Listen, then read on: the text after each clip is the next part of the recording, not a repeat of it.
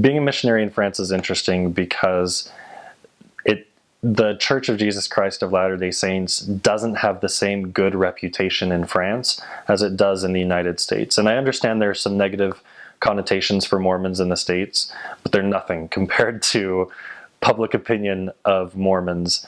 They don't have the same superstitions. I know in some regions of the United States, you hear things about people believing that Mormons have horns or kind of ridiculous things like that. However, the French aren't superstitious enough to believe those type of rumors, but instead, sometimes public opinion is a little more hurtful. Public opinion is definitely that we are a cult and that we are dangerous and that our women are oppressed. A lot of negative things. And hearing those type of things can wear on you. Fortunately, I was able to go in having already learned from God that He has established this church to provide us with truth, that He really orchestrated it all so that we would feel enriched and that we would find fulfillment.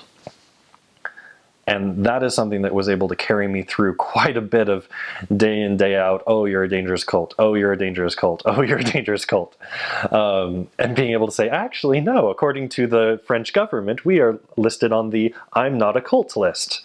But of course, even the government list isn't as important as knowing that the church is really established by God. However, it does wear on you. We were working with one man who was learning about the church. I'm going to call him Jacques.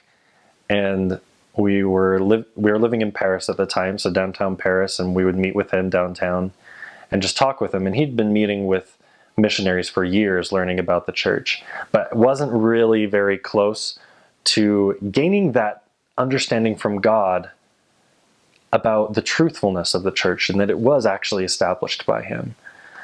He loved to learn about it intellectually, but hadn't really learned it in his heart in the way that really matters when it comes down to it, what you believe in your heart.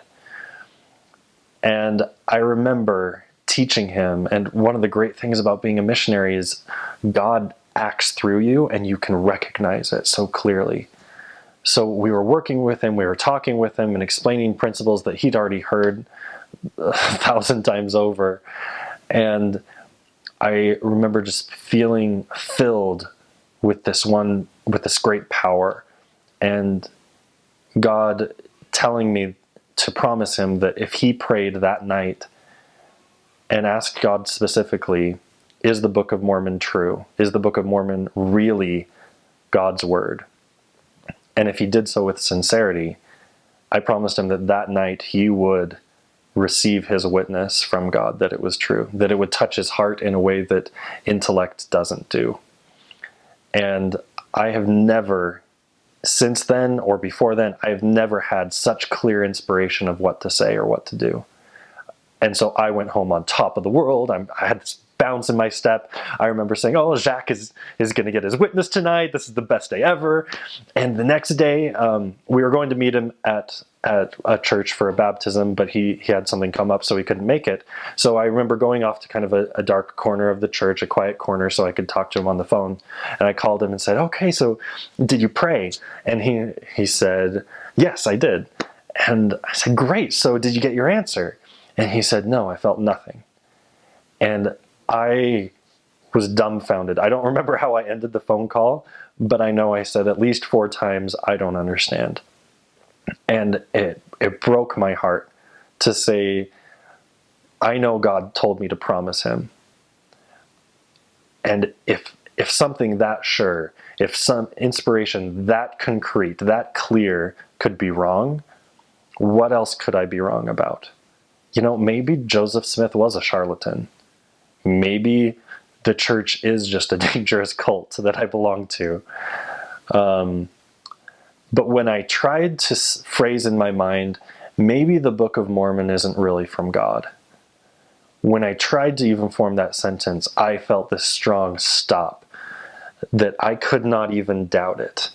And before then, my trust in God had been based so heavily in the New Testament and the Bible. And that is the day that the Book of Mormon became the piece of my understanding, of my testimony, of my witness of God that was unshakable. And I still didn't understand why Jacques hadn't received his answer. I didn't understand why things were turning out the way they were. But I knew without a doubt that the Book of Mormon was God's word. And that was enough to hold me together, to keep me believing. Since then, I've had a better understanding of why Jacques didn't get his answer. But really, that wasn't what was important for me to learn at the time. I know that the Book of Mormon is God's word. It has changed my life so thoroughly, just as the Bible has. And it has taught me how to connect with God on a deeper level than I ever thought was possible to connect with someone you can't see.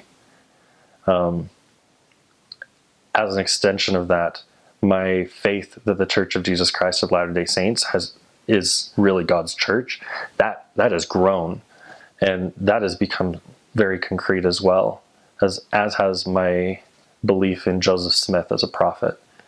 And now I'm so grateful for those lessons that I learned, the hard lessons, the heartbreaking lessons of someone else who wouldn't get the same answer as I.